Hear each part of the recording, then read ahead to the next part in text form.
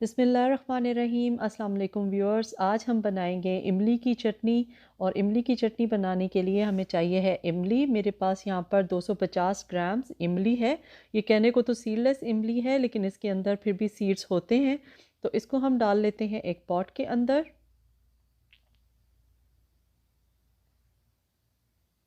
चलें, अब इसके अंदर हम डालेंगे पानी। मैं यहाँ पर 1.5 लीटर जो है वो पानी यूज़ कर रही हूँ।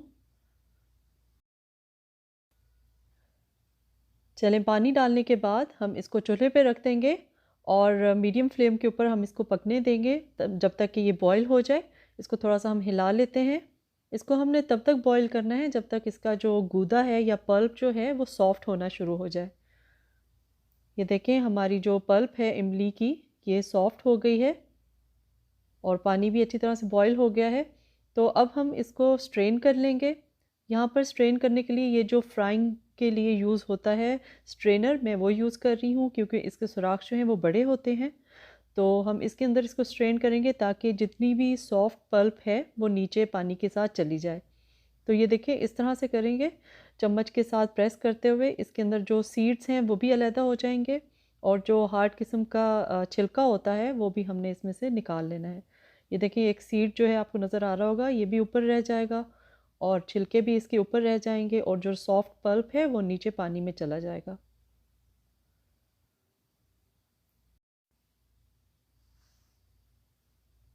चलें, ये देखें, इसी तरह से सारा जो इमली का पानी और जो इमली है उसको हमने स्ट्रेन कर लेना है चम्मच से प्रेस करते हुए। और जो इसमें सीड्स और हार्ड किस्म के छिलके रह जाएंगे उनको हम डिस्कार्ड कर देंगे। चलें, अब इसको हम एक दफ़ा बारीक जाली से भी स्ट्रेन कर लेंगे ताकि इसके अंदर अगर कोई छोटे छोटे पीसेस हार्ड से सीड्स के या फिर छिलकों के रह गए हैं तो वो भी अच्छी तरह से निकल जाएं और सॉफ्ट पल्प जो है वो इजीली नीचे चली जाए। अगर हम इसको सिर्फ बारीक जाली से ही छानते हैं तो बीजों की वजह से और छिलकों की वजह से इसको स्ट्रेन करना बहुत मुश्किल हो जाता है। और इस तरह से अगर हम स्ट्रेन करेंगे तो ईज़िली इसमें से निकल जाएगा। तो पल्प जो है वो सारा नीचे चला जाएगा। इस तरह से चम्मच से प्रेस करते हुए हम इसको स्ट्रेन कर लेंगे। और ये देखिए, ये छोटे छोटे से जो पीसेस हैं और जो एक्स्ट्रा छिलके से हैं हार्ड से, वो ऊपर रह जाएंगे। तो ये सारी पल्प में से यही ये निकले हैं, तो इनको हम डिस्कार्ड कर देंगे। तो अब जो हमारे पास पानी है इमली का, इसके अंदर हम डाल देंगे चीनी। 3/4 कप मैंने चीनी के डाले हैं। आधा टीस्पून हम इसमें रेड चिली पाउडर डालेंगे। नमक डालेंगे हाफ़ टी स्पून। ज़ीरा पाउडर डालेंगे हाफ़ टी स्पून। और इसमें हम डाल देंगे सिरका 1 टेबल स्पून।